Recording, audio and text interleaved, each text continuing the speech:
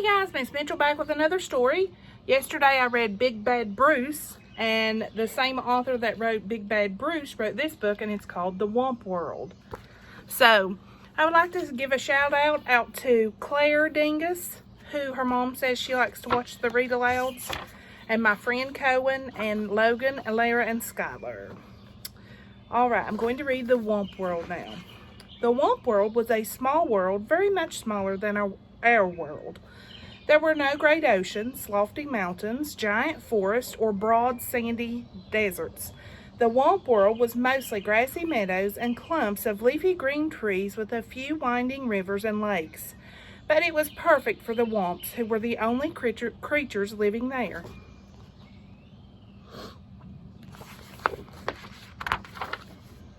The Wumps were simple grass eaters and spent most of their time grazing on the tall, tender grass that grew in the meadows. In warm weather, they cooled themselves in the crystal clear rivers and lakes, and at night they slept in the shelter of the bumbershoot trees to keep the dew off their backs.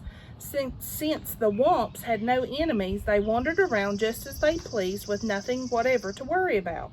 However, the Wumps would have worried if they had known that someone a million miles away was watching their little world.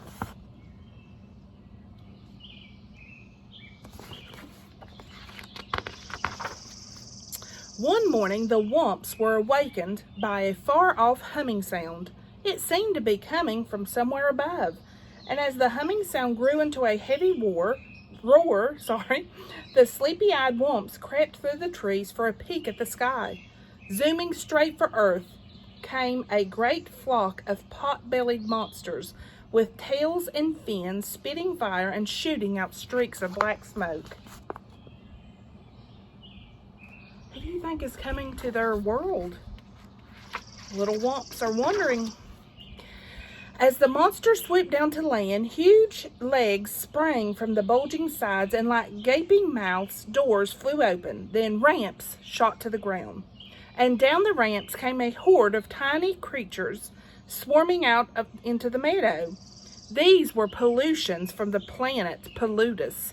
They had left their worn-out old planet to start a new life in a new world. After such a long journey, the pollutions were overjoyed to find themselves on solid ground once more.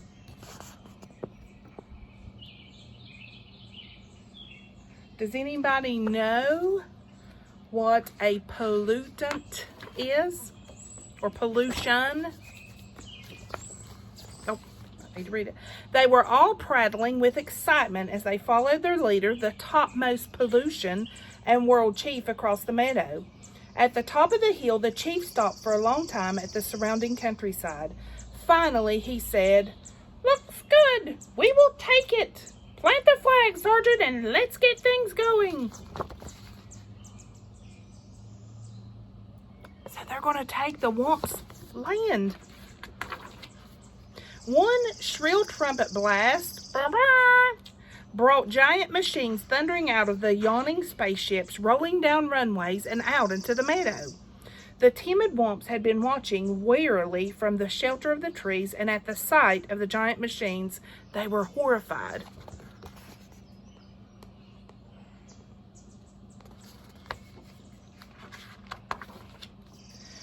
"Wump, wump," they cried, and in a wild-eyed panic, they went humpity-clumping off through the forest, through the trees, to go diving headlong into the nearest cave. Poor little Wumps. Someone's trying to come and take their land. Then down they tumbled, head over heels, through a twisting tunnel to end up huddled together in a dark cave, while the earth-shaking machines rumbled and roared high above.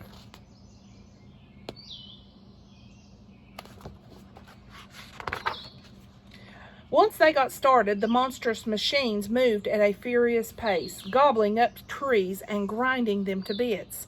More giant machines flattened the ground, followed by great scoopers and scrapers and diggers and gigantic cranes. Soon, the entire Wump world was overrun.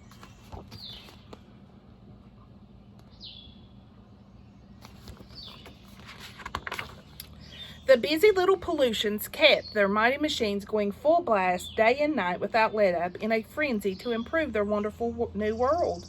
Suddenly, great cities sprang up. Huge factories with towering smokestacks, high-rise apartment buildings, and tall, tall office buildings, and above them all loomed the 100-story skyscrapers.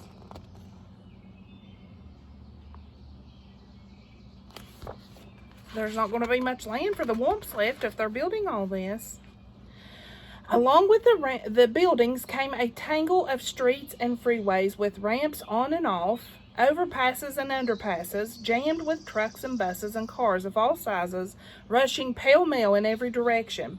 It was one great turmoil of noise and confusion, and there was still more to come.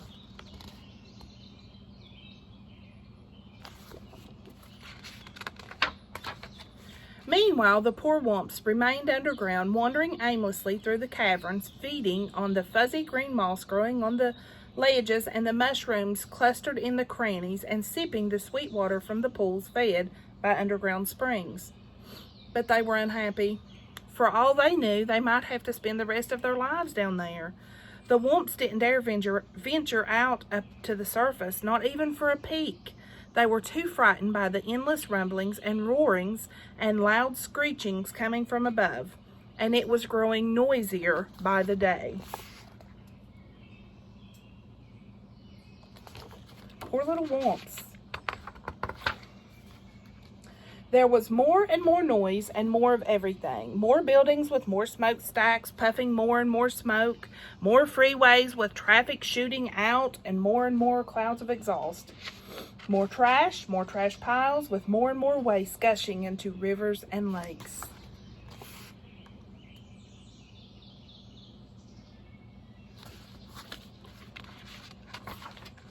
Pretty soon the cities were so clouded by the factory smoke and fumes from the freeways that the pollutions could barely breathe.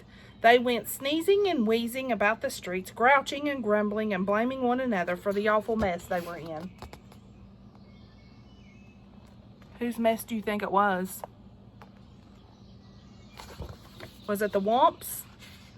Oh, because they were down in a cave, wasn't they?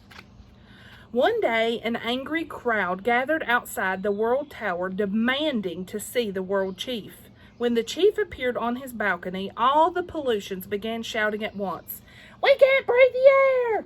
We can't drink the water! And we can't stand the noise! We've had enough!" Achoo! Sneezed the chief. I know just how you feel, and something will be done at once, I promise. What do you think they're going to do? Look how dirty and cloudy all the air is. With no time to lose, the chief called for a meeting with his 3 top outer spacemen. "Gentlemen," he said, "the world affairs has gone sour. We've got to get out of here quick. But first we must find a new world, a better one. That's your job, men, so get going." "Righto, Chief," barked one of the men, and within 15 minutes they were at the spaceport aboard their spaceships. Then, swoosh, swoosh, swoosh, the men took off in 3 directions, and in seconds they were zooming out into outer space at 7,000 miles an hour. Wow. You think they're going to find any more land? Days passed with no word from the outer spacemen. After waiting a week, the World Chief flew into a rage. "Blast it all!" he bellowed. "What's keeping those blethering bubbleheads?" Then, one Monday morning, out of the dark, smudgy sky swooped one of the spaceships. As the spaceship touched down, the man hopped out shouting, "I've done it! I've done it! I've found a new world! A bigger and better world!" "Nice going, lad!" cried the World Chief, and the crowd gathered at the spaceport to give their hero one rousing cheer, which ended in a fit of sneezing. Because the air was so polluted they couldn't breathe. In no time, the great news was sent flashing around the world over radio and TV, warning all pollutions to be packed and ready to go within 24 hours, in one day. At dawn the next day, the entire population swarmed into the space center and crowded aboard the giant spaceships. So they're getting ready to go to another world. I wonder what will happen to the Wumps now.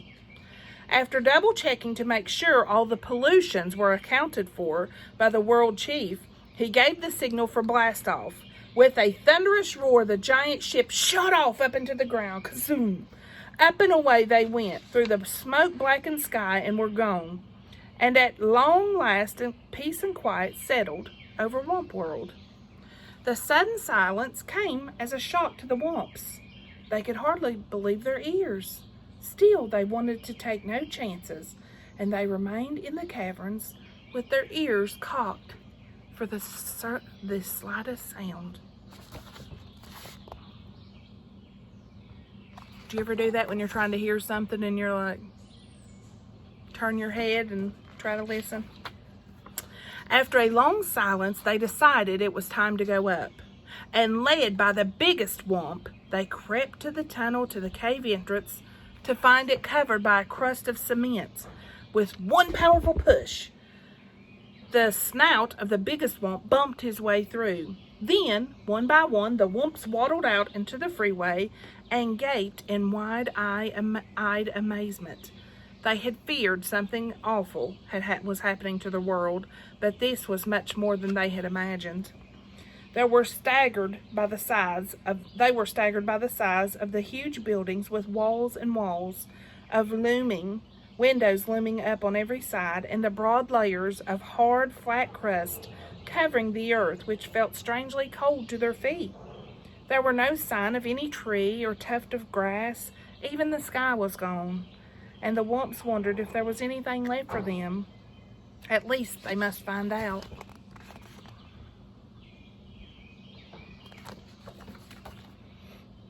Poor little Wumps. They'll have a clean place to live now. They wandered the freeways for miles only to find more and more buildings with endless heaps of wreckage and rubble. For all they could see, their world was completely ruined. Footsore and weary, the Wumps were about to give up and head back to their cave when the biggest Wump let out a joyful whoop. Wonder what's going on.